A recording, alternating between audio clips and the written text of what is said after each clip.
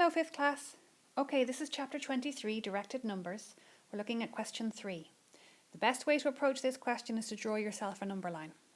Make sure you've got 0 somewhere in the middle so that you have space for positive numbers on the right and negative numbers or minus numbers on the left.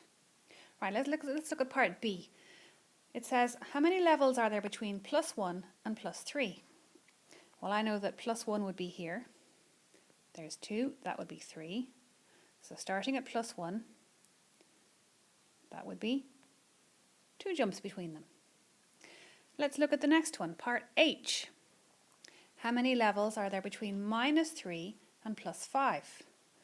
Well, my minus numbers are here. There's -3. There's 5. Count the jumps. 1, 2, 3, 4, 5, 6, 7. There would be 8.